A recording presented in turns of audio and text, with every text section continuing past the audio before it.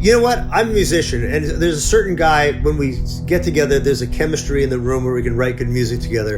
And there was a little flow of that chemistry here, not musically, but, ministry.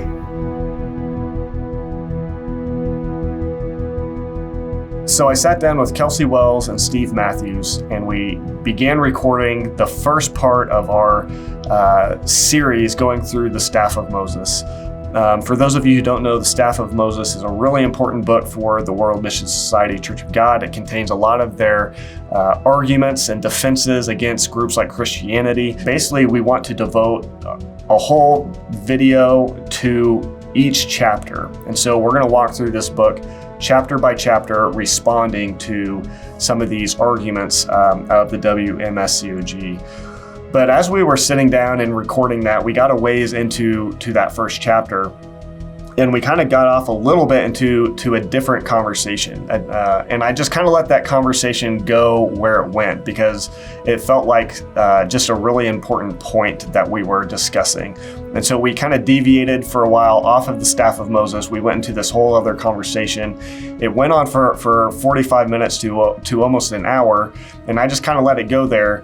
And then after that, we did get back. We finished the first Staff of Moses video, and so you can be looking for that to come soon. But I basically just pulled this separate conversation out of that and kind of made it its own video, because I thought the things that we covered and the things that we talked about are just really important issues of the experience of members in the WMSCOG.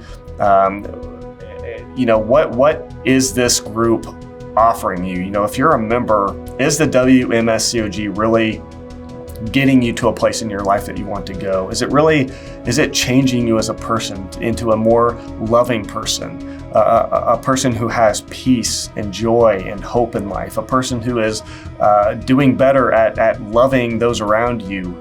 How's it affecting your relationships, your friendships, your relationship with your family?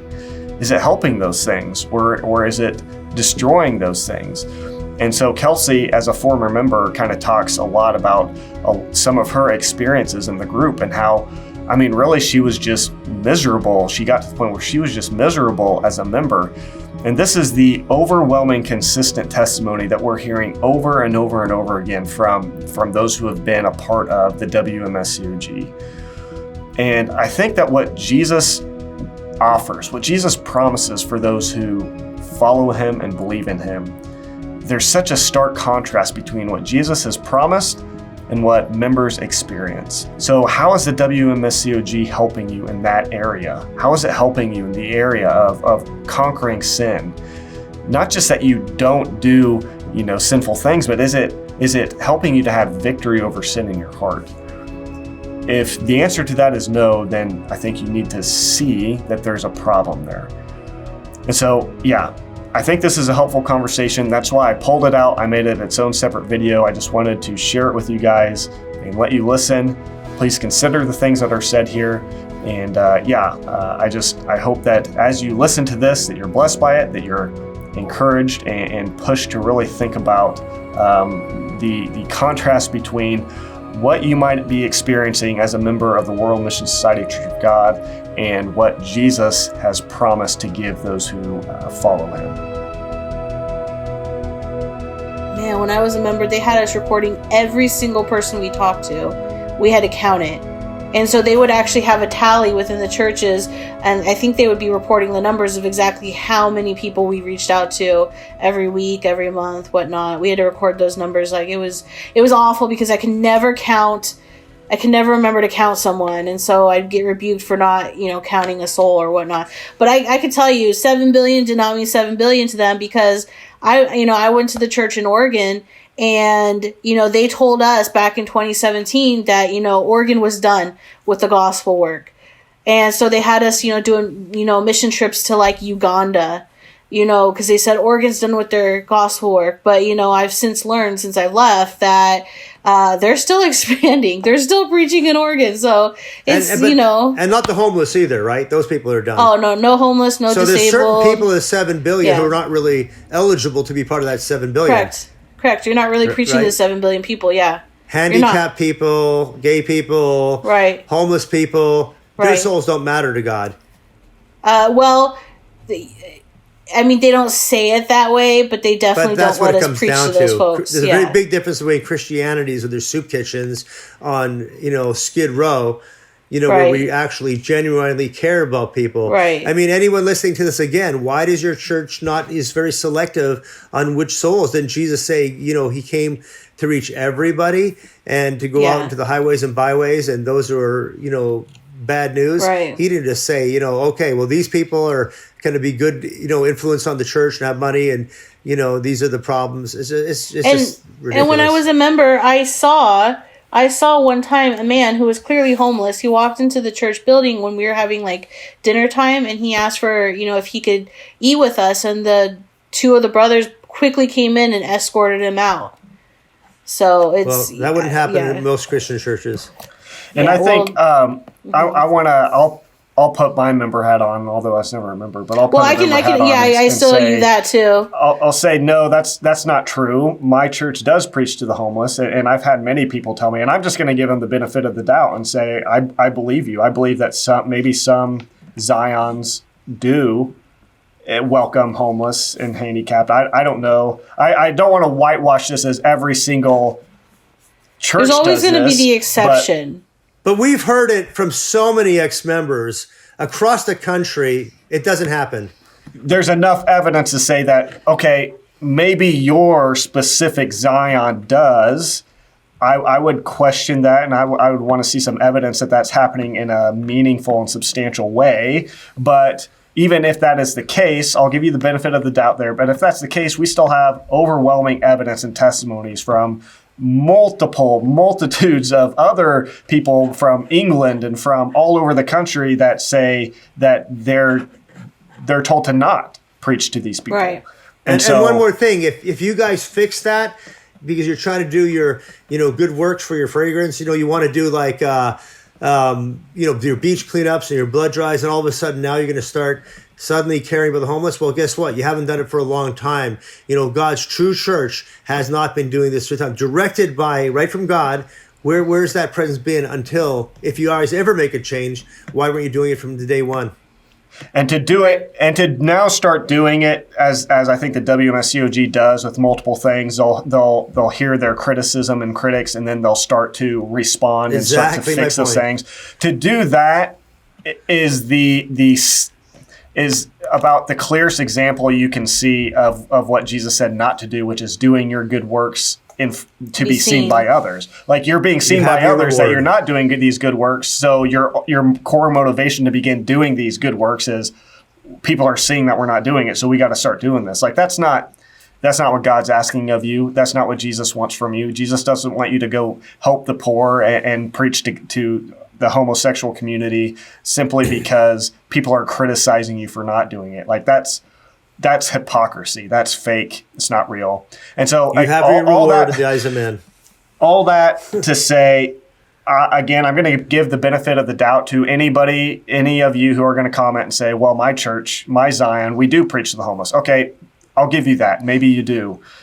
But most, I would say most, or at least a huge number of the Zions, the overwhelming majority, in my experience, and it seems like in Kelsey's experience and Steve's experience, and in so many other, probably hundreds at this point of members and former members I've talked to, they do not do that. And I want to point out that I attended two different Zions, or two different WMSCOG branch churches, and it was the same, in my experience, it was the same rules in both churches. When I attended the one in Oregon, we did have a member who was disabled, but that member was a family member of a current existing member, and that person was told, this person that you're bringing in is your responsibility. And I saw various activities were set up, like volunteer activities were set up, that this person who's disabled couldn't participate, and she was told she couldn't participate. So, this was my experience. I can't, there's always going to be, an exception somewhere. But, my experience, for different branches of the same church is the same.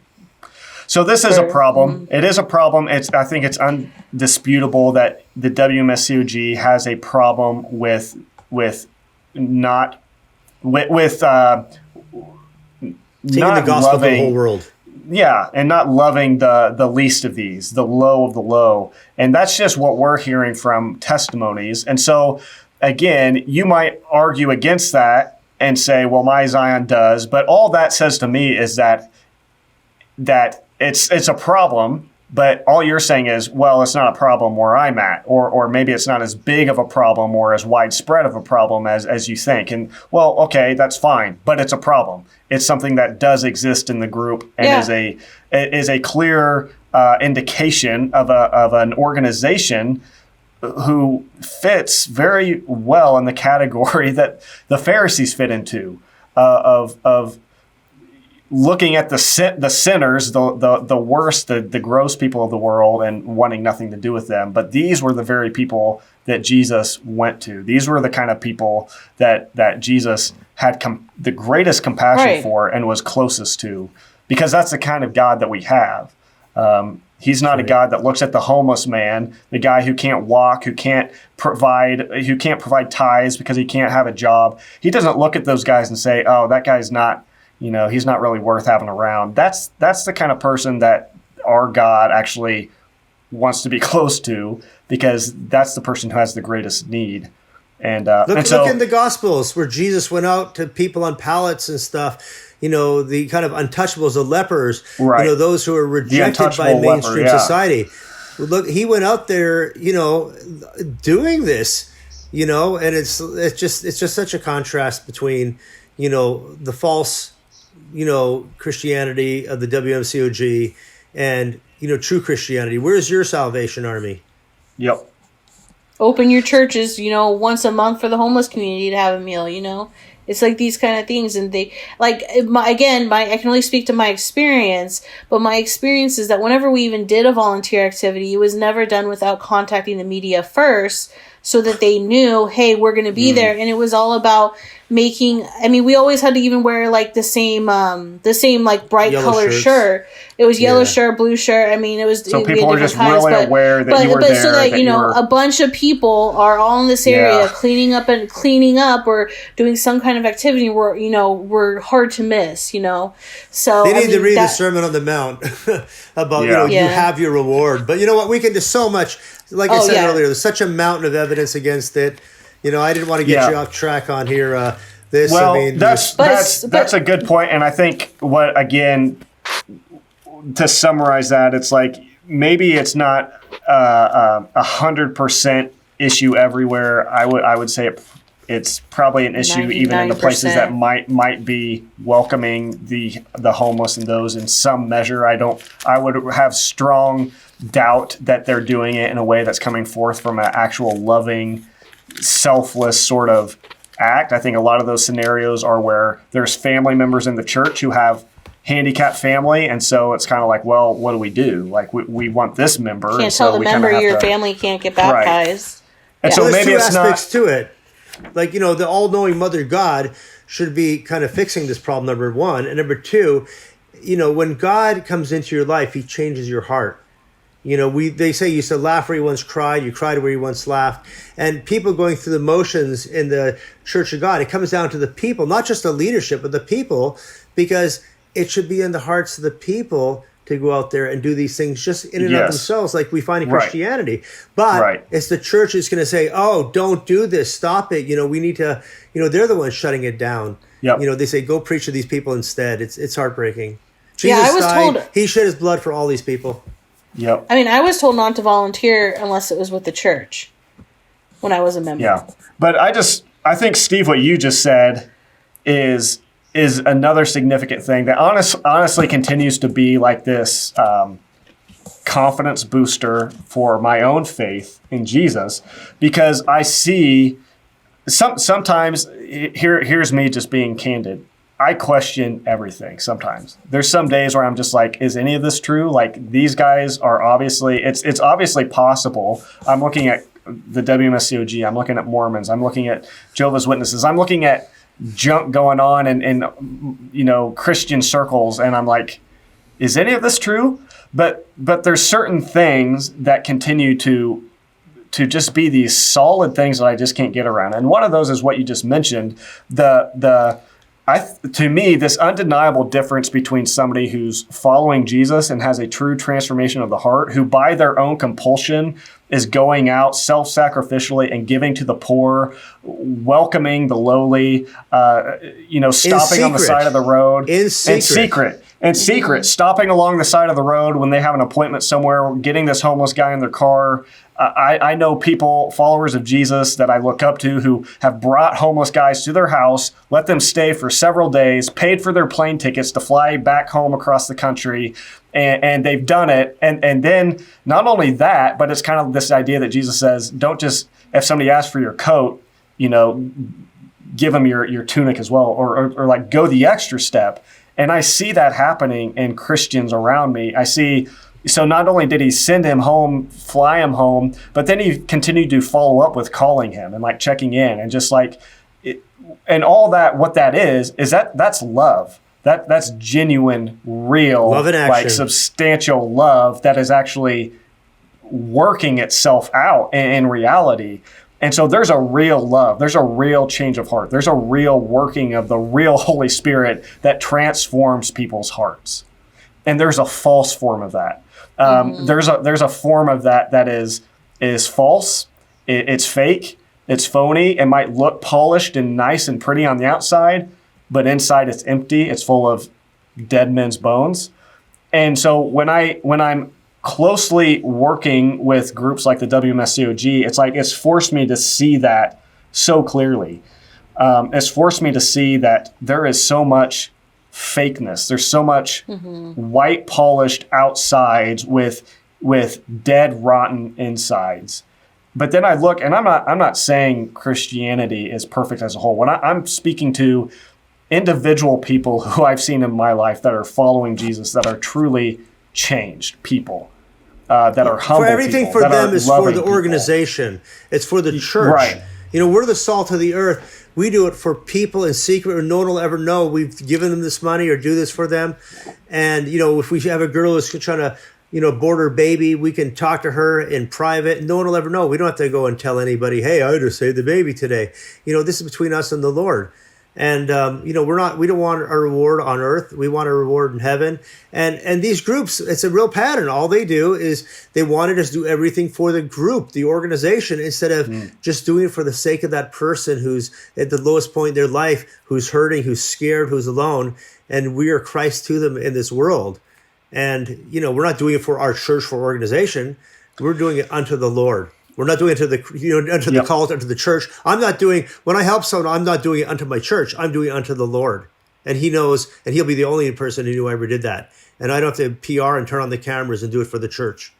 Right. The Queen's Award or whatever, Yeah. And once again, I don't want to whitewash it. I'm not accusing every single individual as being a genuinely unloving person. I don't know every person in the WMSCOG. I don't know every person's hearts, and I'm not making that judgment about them. What I'm making a judgment of is the overall organization and the characteristics that I see in, I would say, a lot of members, the majority of members, and their actions. And so, again, I'm not accusing every individual who might be listening saying you're just a nasty That's not our purpose here. We're just trying to get you to stop and think about the fact that this is, again, another serious problem. Like, I think if you just stop and listen to what we've said, look around at this organization around you, look around at the people around you that you're living around, look at what you're being taught, look at the kind of person and the character that it's leading you to. Is this group really leading you to be that kind of loving person that I just described? Again, I'm not describing me. I'm describing a friend of mine. I'm describing other people that I see. Is it doing that? And if not, if it's making you into something other than a loving person, then I'm telling you, you're missing the point of everything that Jesus taught. Because Jesus said all the law is fulfilled in this one word: love your neighbor as yourself. And if you're missing that, you're missing everything. If the WMSCOG and all they're doing, all their passion about Passover and feasts and Sabbath and tithing and second coming Christ and Mother God, if all of that is not leading to people being transformed into people who have loving, humility, self-sacrificial hearts, then it is an entire waste of time. It is a heap of garbage, to put it bluntly. That's what it is. I've even taken a step further, Jordan. I mean, before I even say that, I was thinking of Isaiah 64:6. It says, "All our righteousnesses hang as filthy rags in the eyes of God." And I mean, even the best thing you do, you give all your stuff and your time, it's still a filthy rag in God's eyes. But I was going to say, taking that even a step further, I'd almost say that, if you're going to do it for your church, then it isn't for love. There is no love. You're just doing it for points with the church or PR or whatever for a church, unless you're doing it for the right reason, which is just between unto the Lord, just him, the person you're helping, and God seeing. You don't have to ever report it to anyone. If you're not really doing it for that, then it's not even love in the first place. It's just empty work. Exactly. And listen, we're not just saying this to you. This applies to me too. This applies to Steve. This applies to Kelsey. Anything I do, including this YouTube channel, including this video, if it's not coming from a place of like me loving and caring about those who I'm talking to, which is what I strive for, which is what I have to constantly look in my own heart and see, okay, what's my motivation? And so I keep coming back to, I just feel compelled that a lot of you guys have been what do I want to say? Are missing out. You're missing out on peace and truth and life that is in Jesus. And even for us, it's what matters is love. Are we loving people?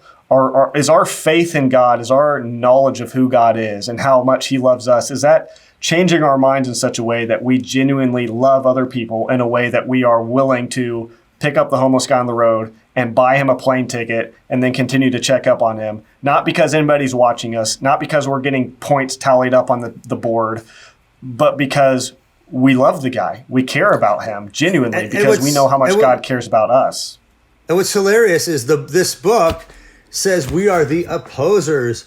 And that's the reason we're doing it, because we're moved by Satan to reach out to these, well, they would say to oppose the group. We're not opposing you to be used by Satan. We love you guys. Trust us. Everybody on this video, we've got better things to do than to be on here on this video, spending countless hours researching and going on websites. We could be, Netflix zombies during this whole time. But what are we doing? We're spending our time, our precious hours, to learn this material so that we could reach out to you. You'll see this in Acts 17 when Paul is on Mars Hill. He quotes the pagan poets against them. He was familiar. He said, "Is it not written in your own authors? In him we move and live and have our being." He's actually quoting the pagans against the pagans to make his point. He was familiar with the literature of the pagans in order to evangelize them. The same way, we are understanding your material. We're weighing it. We're looking at it. We're weighing it internally, biblically, externally, with Ansung Hong himself said on it, and it doesn't stand the test. It's very easy, to go through life and not to think and just go, live in fear. The whole mentality of being a gospel worker in the WMSCOG is you live by fear, shame, and guilt. And that's your whole life, day after day after day. It's not coming from a place of love and coming to be more like Jesus and to be sanctified. None of that stuff. It's all, and that. You who are listening to this, that. If you're going to be honest with yourself, you're not having a happy, fun life. You want to tell people, oh, come, join our group. You're going to have such fun and happiness, with all the brothers and sisters in Zion. But inside, right now, you who are listening to it, you do not have that joy.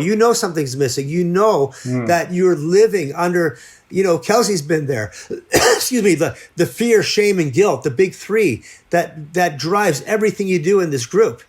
And it's no way to live. Jesus came to give you an abundant life, an amazing life, not a life. None of us here on this video are living by fear, shame, and guilt. The good works we do in private to be rewarded by God, that's nothing for us to we would have a reward before men. And, I would just challenge you again, this group, that you're in, it seemed right to you. It seemed like these arguments are so good. You look at Staff of Moses to kind of solidify yourself and say, hey, this is why, we really do have answers to these opposers.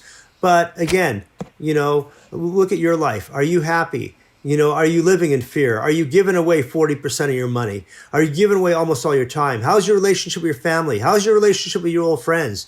Are you moved by love for people, or is it fear, guilt, and shame? Kelsey, you've been there. Fear, right, and guilt and shame. And when I was a member and I'd be going out preaching, I would preach to people, and the vast majority of people don't want to listen. But maybe in a night you might get at least one person that when you're preaching to them, you show them, Revelation 22:17. You show your whole argument, bride is God the mother, and some people get really excited to hear that, and then you keep going, and people are excited to see what you have to what you have to say. But the thing is like in the back of my head, I'm like, you know what? If they accept this, their life is going to be just as miserable as mine is. Exactly. Their life is, I'm acting like I'm happy. I'm acting like this is, the greatest thing ever, like that I'm on the right track. But I hate, like, I got to the point where, like there were certain days of the week that I think Thursdays were my favorite days of the week, because that was like the one day where I had, a day break between, when I was expected to be at church. It was just, I used to look at people with There's such... a weight, right? Right. Well, yes, because, you're required to go to the church every single day. And if you don't, you get this, like, inward guilt, like, I'm not doing what I'm supposed to be doing. And even though I would do, like, preaching activities, in the city where I live by myself, but, just the fact of not going there, it was like... I was like, oh, they're going to see me as lazy. They're going to see me like I'm not, doing the gospel work. I said, my preaching's not going to count the attendance. They're going to call you for not showing up? Well, that kind of weaned after a while, but, they do pressure you, especially, they do pressure you to show up. Like, even on, like, Saturdays when you have, like, after the first service, you have, like, what's called your group meeting, because everybody's divided in groups. And my group, because we were the young adult females, and so they would take, like, they would go around saying, okay, you, Kelsey, what days can you come to the church? You, what days can you come to the church? And they would say, like, we need to come as much as possible. This is where God dwells. It's better to be together with brothers and sisters than to be alone, and things like that. And it's like, you're taught to say, and maybe even, like, to some level believe that your life is great, but when you actually look at it, it sucks. And I remember you're supposed to give a fragrance, like the fragrance where everything's going so good. People made those up all the time, let me tell you. People made those up all the time. You want a fragrance? It stinks to be a member. This is the enemy of fun. It was really, and like the longer you'd been in there, the harder it got. And because you would see you'd go to work and you see, coworkers like, man, these people get to enjoy their lives. They get a rest on Saturday. Meanwhile, I've had to, my Saturday's been occupied for 10 years, and it's going to be occupied for the rest of my life. And it's, you really start to envy people seeing, like, that's where I got to the point where I was like, I'm looking at everybody else and like, wow, their lives are great. They can do whatever they want. They can enjoy life, but I'm stuck. Well, how's your life now? How's your life now unto the Lord, where you're not under the crushing weight, the guilt, the shame? You get up wanting to serve God with joy and happiness and freedom because you're doing unto the Lord, not some organization of people who are, counting on an Excel spreadsheet how much money you gave, or, how many meetings you missed, and calling you and harassing you. It's all from the heart. Right. It's, it's, my life's a lot better now. It took when I first left, like, I think Brian mentioned this, when he was talking to you, Jordan, is that when I first left, like, I literally felt like I literally was convinced that I was going to go to hell, but I was okay with that because my life in the WMS was so much worse, in my opinion. I said, if heaven was like the WMSCOG, I don't want to go there. And because it was so, I don't know better word, but it was so burdensome. So at this point in the conversation, we begin to kind of shift the focus over to the Sabbath. Steve's about to read a verse in scripture that I just thought it was worth stopping here and just asking you to please listen to this scripture, listen to what Jesus promises for those who believe in him. and contrast that with your experience in the WMSCOG. Kelsey made a statement just a few moments ago in the conversation. I don't know if you heard that. Other people get to rest on Saturdays. I don't know if you caught that, but that was something she said I know she didn't even say it intentionally. I think that statement is true probably for the vast majority of you. When you consider what your Saturdays even have to look like, your Sabbath is a heavy burden that leads you to physical, emotional, and mental exhaustion, spiritual exhaustion even. And is that right? I think as you, again, listen to this conversation, listen to this passage of scripture Steve's about to read, and if your life with God, if your life of following God, if it's burdensome, heavy, defined by guilt, shame, and fear, then something is definitely wrong. It was so burdensome. You felt so guilty. You were never doing enough. You were always doing something wrong. And even when I left and before I started making videos, I had met up with two of the members that I was pretty close with when I was in the church. And one of them said, she's like, yeah, I feel tired all the time too. And she's still in the church. And so, there's many people who, they're tired.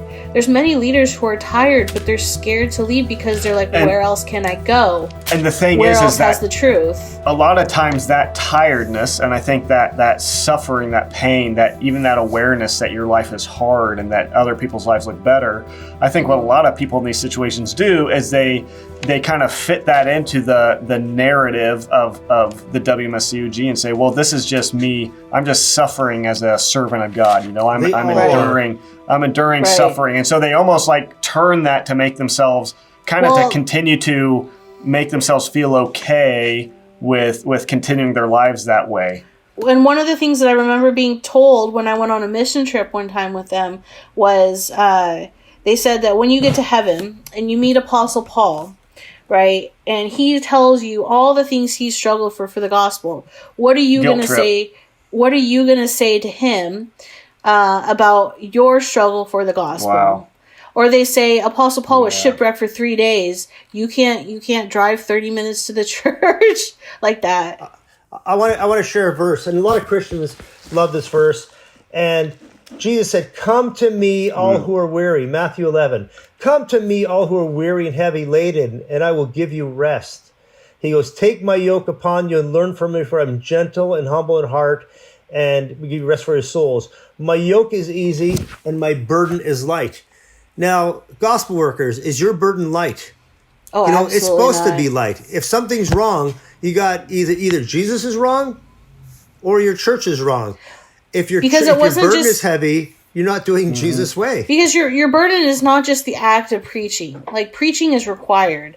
And in order to be considered an evangelist and do certain activities within the church, you have to preach a certain amount. You have to join a certain amount of preaching meetings every month. But the thing is the preaching, it's not just going for preaching. You need to bear fruit. And bear fruit means recruiting members to get baptized, who start tithing, and who preach themselves and then bear fruit themselves. It's not just you're responsible for them. You're responsible for them. If they miss church, there's more burden for you. Right. What did you do wrong that they're not showing up for church? So right? I wanted to read that same verse, and you beat me to the punch, and that's so good. And Kelsey, I don't know if you did it intentionally, but a couple minutes ago you said you were looking around at other people in the world and thinking man, they get to rest on Saturdays. Did you say that on purpose? No, I didn't do that. But I didn't know this. That is just an incredibly significant point and statement that your experience, this overwhelming focus that the WMSCOG has on the Sabbath and their condemnation of people like me who don't think about it the same way. They're like, you don't keep the Sabbath, you don't keep the Sabbath.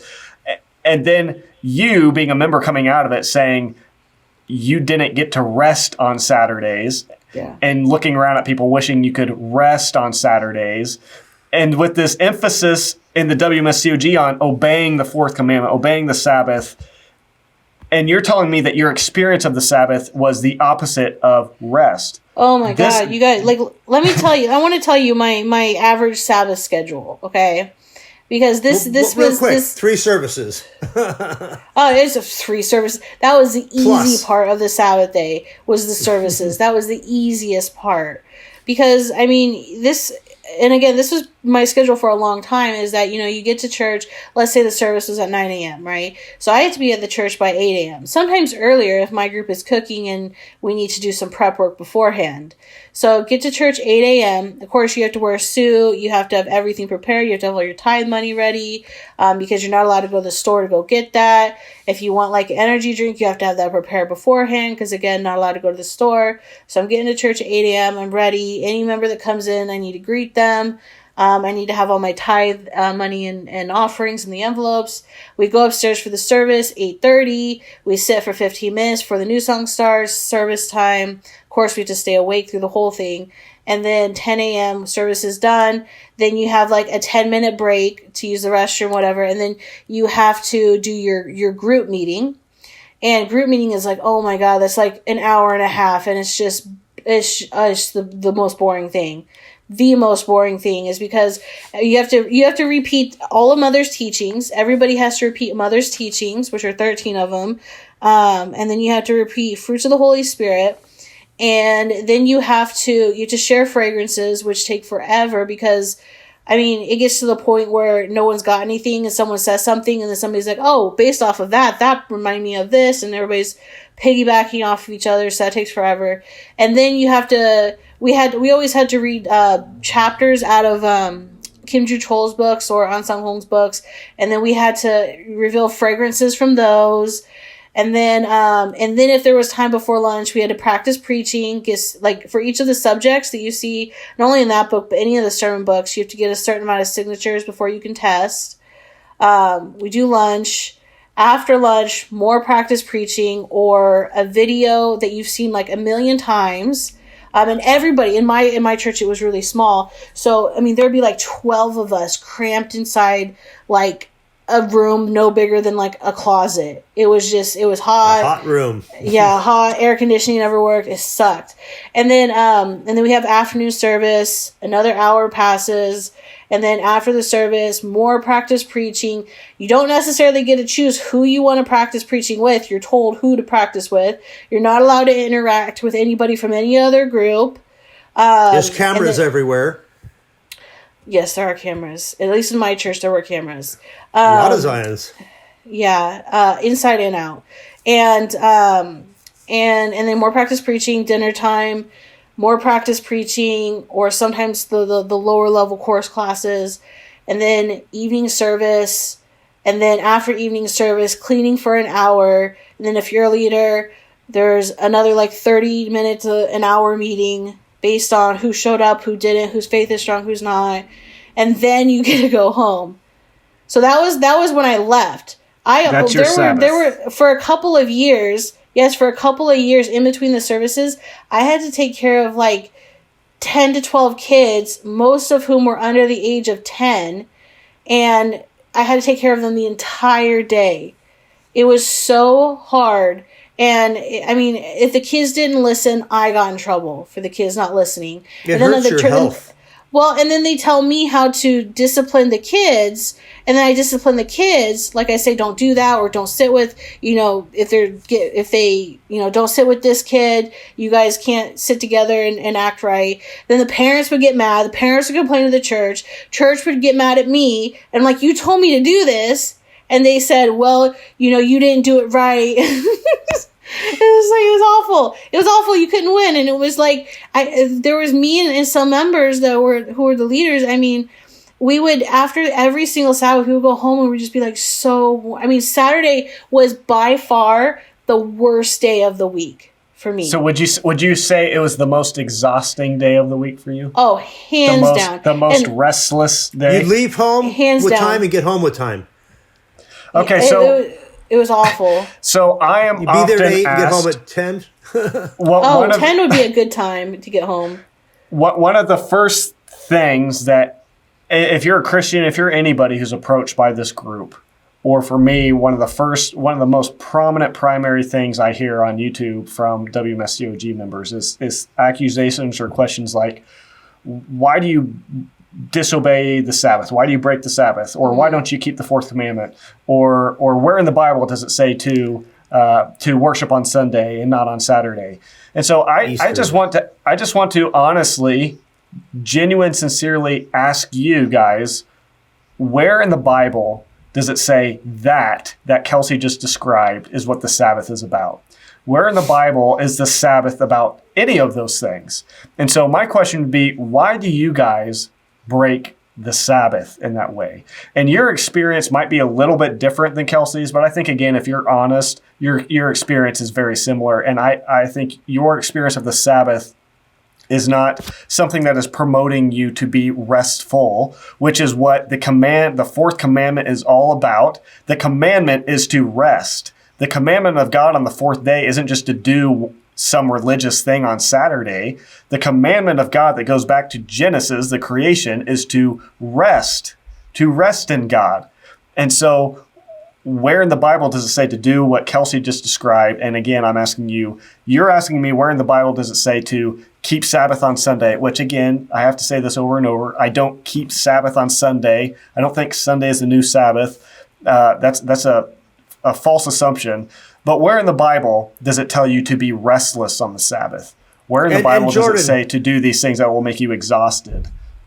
And something else really important, I know you're going to amen this one too. We talked about the burden, of being a member and just how it sucks your life and time and money and soul away, and the guilt and the pressure. But on top of that, a lot of people leave this group to become bitter atheists and agnostics. Yep. And you can see why, because they just crack and break under the law that you're not supposed to be under. You're supposed to have, peace and rest.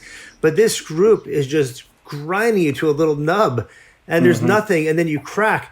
And believe it, Jordan and you're not going to want to go back Kelsey, to that. We're not telling you to leave the group to get away from this burden.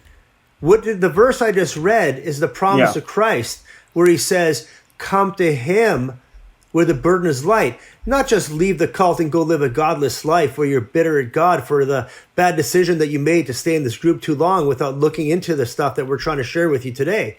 But instead, the other option is you were in the group. I often tell people, you joined this group for a reason. You were looking for something to meet your spiritual needs, and you didn't just join for no reason. When you joined this group, remember why you went into the first place. You were seeking to know God. Well, there is a real God, and his burden is light. Don't just leave and become discouraged and ignore the real God and turn your back on him. Come to the real God. That's a great point. And this is another question I get asked often, and I hear asked is, okay, you're telling us to leave this group, so what other church is teaching you the truth? So what church should we go to then? That's a common question I get. And here's what I'm telling you. We're not telling you to go to another church or go and find the right denomination or the one organization that's got it right. We're doing this. We're telling you to go to Jesus. Go to the one who can give you rest. And hopefully that will turn into finding a group of believers who you can fellowship with. But we're not telling you that this organization, this church is the wrong church and you need to get out and find the true church. That's just a silly way of thinking about it. Leave the false Jesus and turn to the real Jesus. And so this stuff is grounded. The pain that you're feeling, what I'm saying here, where in your heart about the fear, guilt, and shame, where does that come from? That comes from bad theology. The reason that you have that fear, guilt, and shame is not just because some of the excesses of a group, it's because this group is grounded in bad theology. If it was rooted in good theology, you wouldn't have fear, guilt, and shame. This is a byproduct of a whole false belief system. Right. A false prophet. This is an organization of false prophets. It is so easily testable. Do false prophets predict the end of the world and it doesn't happen like the Jehovah's Witnesses have done 6 times or more? Yeah, your group has done it 3 times. automatically on that grounds alone, they have failed the test of God's prophet. If they did that in the Old Testament times, they would have been taken outside of Jerusalem and stoned according to Deuteronomy 18.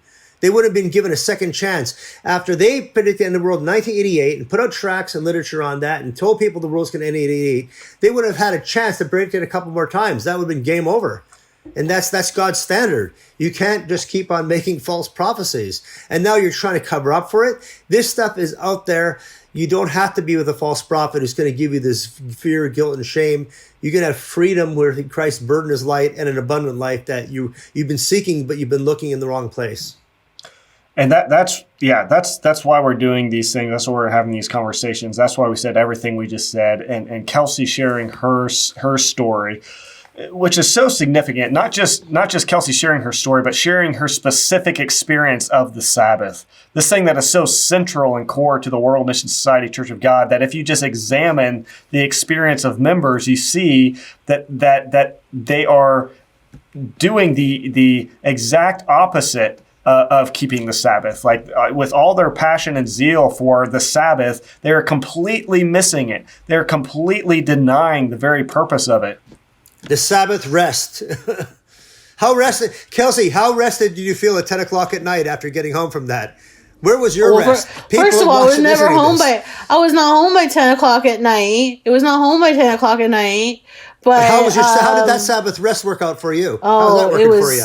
There was no rest. Restful. It was brutal. Yeah, it took a lot of caffeine to get through those days, and it was like, again, it got to the point where I was like, you know what, I'm done, and I dipped out halfway through a Sabbath day and never came back. People lie to themselves while they're in there, just like you said a minute ago. Right. You knew about the fear, the guilt, the shame that you live by from your leadership, always putting you down. But you're afraid to leave all the time. Right. Exactly. But and you're lying to yourself about the Sabbath being a day of rest. It's far from rest. It's like, I couldn't do it. And, whether I do, it's insane. And then you have, lying to yourself about the psychological pressure and everything. I saw your video about the 40% of the money. It's just like, guys, this is a fraud. Come to the real God. Right. No, and you see these things, but at the end, I saw these things too, and I saw even worse things, and there was like a million red flags, and I saw them, recognized them, and chose to look past them, because at the end of the day, I was like, okay, maybe I don't understand the whole story, and if I, where else am I gonna go? And if I leave, I'm gonna go to hell. I've said this before, they have an actual study that says, apart from me, you can do nothing, and they teach, if you leave the church of God, it's not like necessarily like if you just leave God. It's like, if you leave the church of God, your life is going to be awful. You're going to get cancer. You're going to get into an accident. Something bad is going to happen to you. And even if something bad doesn't happen to you right away, it will happen. Because sometimes people say oh, well, where there's like a big hurricane or a big, tsunami, there's tons of people who never kept the Passover. And they said those people live because they got lucky. Their time is coming. And so, because they didn't keep the Passover. And so you get so scared that if I leave and I don't do what they say, then something bad's going to happen. And again, for me, it got to the point where I'm like, you know what? They told me this a million times, and my life's already awful as it is. So I might as well just leave. And I was convinced at first that, okay, something bad's going to happen. I'm going to go to hell, but I'm taking that chance.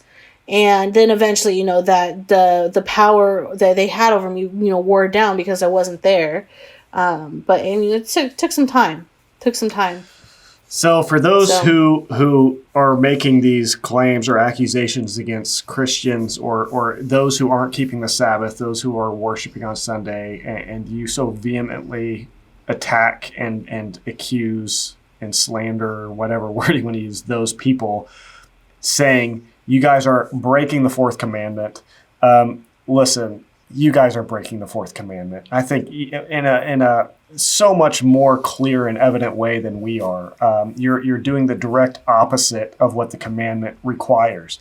The fourth commandment is all about rest. That is the commandment. It's a command to rest. And so when the organization itself is forcing its members to do on the seventh day on the Sabbath, to make it become the most unrestful day of their week, that's a clear sign that you're not keeping the Sabbath the way you think you are. And so this isn't being said as like an attack or an insult, or like we're just trying to make you look bad. We're saying stop for a second and just think about what we're saying right now. Mm-hmm. We're saying this because there is a rest, there is a Sabbath rest, and it's what Steve read earlier. It's again, go to the true Jesus. The true Jesus isn't going to give you an experience of restlessness. Jesus promised rest. He promised an experience of Christianity that is light and easy, and not without difficulty, not without trials, not without struggles. That's not what I'm saying, but there is a restfulness in him, a true peace. That agnosticism cannot deliver. He's not just saying this in the context of if you're part of a burdensome group who stacks on law upon law upon law, it's not in that context. It's for the person who doesn't believe in God whatsoever. So your choice is, like Jordan's saying, it's not like you're just gonna, be more restful by being an agnostic with no church. And for the person with no church, you're still going to have burdens that can be eliminated by coming to the real God. Yep. That's what Jesus is saying. So and you have to understand the whole. Even an indulgence in sin. So it's like Jesus is calling us in that statement out of any way of living that is independent from him. He's not just saying, so again, we're not just saying get out of this group. We're saying go to the only one who can give you rest. And it would be the same thing if you leave the group and you just say, well, I guess there's no God. I'm just going to go and indulge in all these inward desires that I've had for so long and thought I couldn't enjoy. And you just go and kind of live your life and do whatever you want to do. And it's not that either. Like Jesus calls you to people to come out and find rest from that, because that's not going to give you rest. I guarantee you the end of that road isn't You're just going to fill it with something else. Yeah. So Jesus is calling us from out of the bondage and the burden of a life that is lived independently from him, because Jesus, he himself is our peace, is what Paul says in Ephesians. Like he's the only source of peace. He's our Sabbath rest. Jesus is our Sabbath rest. It says in Hebrews. Yep. Right. And the great expert on cults, the late Walter Martin, would say that, guys, you have just bought the deception. It's not just the fact that, you really messed up by looking at this group, and now you're looking at how you've really subjugated yourself to a life of burdens and guilt and fear and shame.